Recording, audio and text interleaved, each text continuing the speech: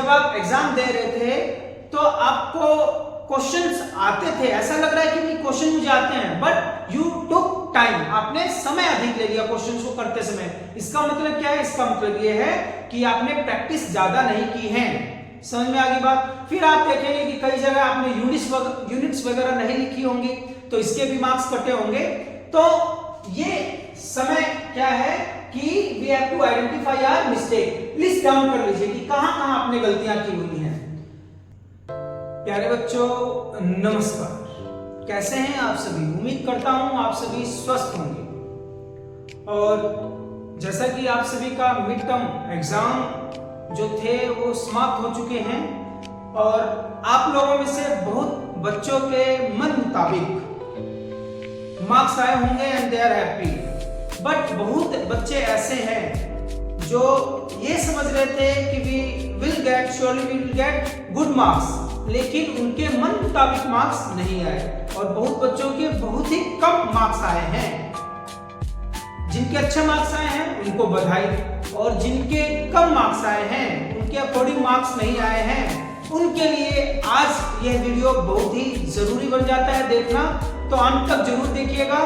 आज मैं आप सभी को 5 टिप्स बताऊंगा so that you can improve your marks in upcoming final examinations. और जिन बच्चों के अच्छे मार्क्स आए हैं वो भी देखेंगे तो उनको भी जरूर फायदा होगा। देखिए प्यारे बच्चों, क्या है, मिड टर्म एग्जाम समाप्त हो जाने के बाद अगर कम मार्क्स आ गए हैं तो इसका मतलब ये नहीं है कि भाई हम फेल ही हो गए।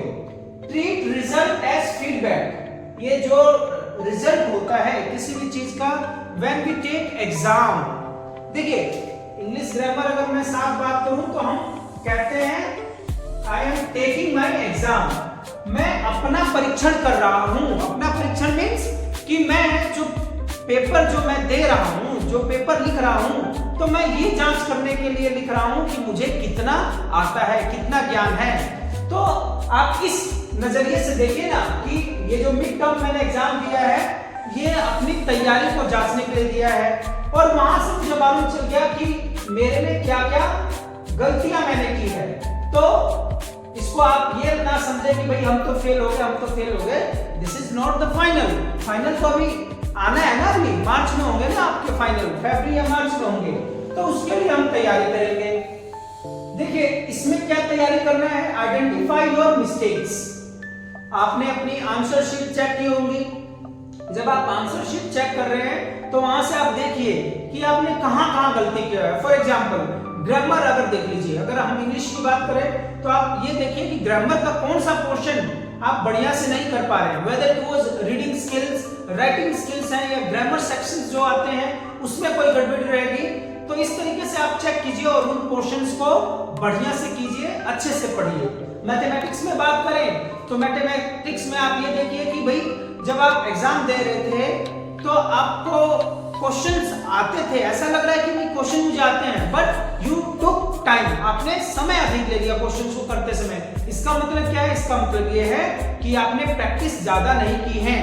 समझ में आ गई बात? फिर आप देखेंगे कि कई जगह आपने यूनिट्स वगैरह नहीं लिखी होंगी तो इसके भी मार्क्स कटे होंगे। तो ये समय क्या है कि we have to identify our mistake. List down कर लीजिए कि कहां-कहां आपने गलतियां की हुई हैं। उसके बाद बी कंसिस्टेंट एंड डिसिप्लिन। जो भी आप तैयारी करना चाह रहे हैं, जो भी आप तैयारी करेंगे, अब इन 6 महीनों में लगातार तैयारी कीजिएगा। ऐसा नहीं कि भाई 2 दिन पढ़ा आपने और उसके बाद उसको भूल गए, नहीं। तैयारी करने का भी एक तरीका होता है। फॉर एग्जांपल मान लीजिए इस वीक मैंने एक चैप्टर पढ़ा है और उसकी तैयारी कर ली।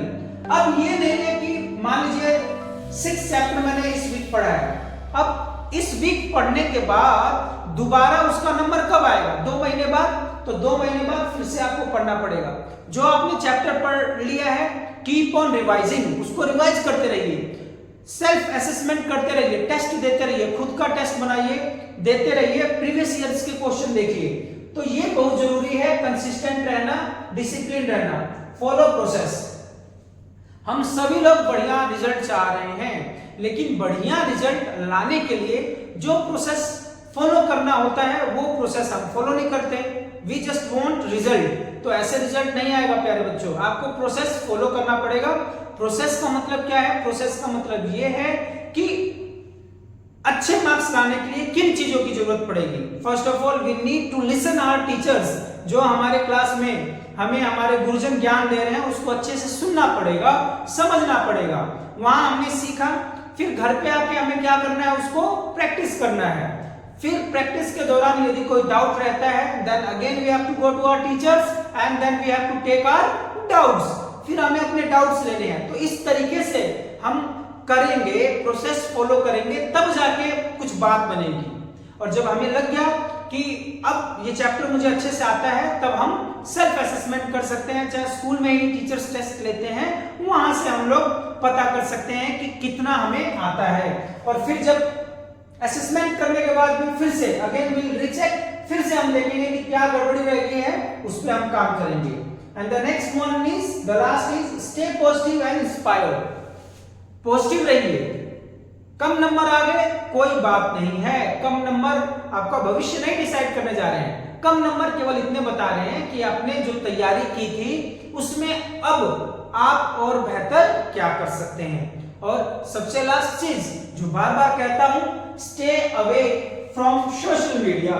सोशल मीडिया पे अपना समय मत बर्बाद कीजिए, क्योंकि यदि आपने अपना समय सोशल मीडिया पे वेस्ट किया, surely you are going to waste. मतलब ये पढ़ाई वेस्ट हो जाएगी आपके लिए, पढ़ाई के लिए समय ही नहीं बचेगा। इस समय का सदुपयोग कीजिए। अपने माता पिता जो आपसे उम्मीद रखते हैं उनको पूरा कीजिए। अपने गुरुजनों का सम्मान कीजिए। आपके गुरुजनों से बेहतर पढ़ाने वाला कोई नहीं है। स्कूल में जाइए, अपने टीचर्स से डाउट लीजिए। मुझे ऐसा नहीं लगता कि कोई भी टीचर्स आपके डाउट लेने से मना करते होंगे। यदि आप ट्यूशंस पढ़ते हैं, नो प्रॉब्लम, आपका पैसा है, आप पढ़िए। लेकिन ट्यूशंस में भी केवल एनसीईआरटी की ही बुक करते रहेंगे और स्कूल में भी वही कर रहे हैं, तो उसका कुछ भी फायदा नहीं है। You must try something extra, कुछ एक्स्ट्रा कीजिए ट्यूशंस में, तब जाके ट्यूशंस का मतलब है। समझ में आ गई बात? अंत में मैं अपनी हरिवंश राय बच्चन जी के कुछ पंक्तियों के साथ मैं आपको छोड़ना चाहूंगा। असफलता एक चुनौती है, इसे स्वीकार करो। असफलता एक चुनौती है, इसे स्वीकार करो। क्या कमी रह गई देखो और सुधार करो। जब तक ना सफल हो, नींद चैन को त्यागो तुम। संघर्ष के मैदान को छोड़कर मत भागो तुम। कुछ किए बिना ही जय जयकार नहीं होती। कोशिश करने वालों की कभी हार नहीं होती। तो कोशिश करते रहिएगा और कोशिश सही दिशा में कीजिएगा। और सही दिशा मालूम नहीं है, यदि सही दिशा का ज्ञान नहीं है, तो आप अपने गुरुजनों से जरूर पूछिएगा कि सही दिशा में किस तरीके से प्रयास किया जाए, क्योंकि बिना गुरु के ज्ञान नहीं है। तो take help of your teachers and try to score better this time. Till then take care, खुश रहिए, खुशामदीद, नमस्कार।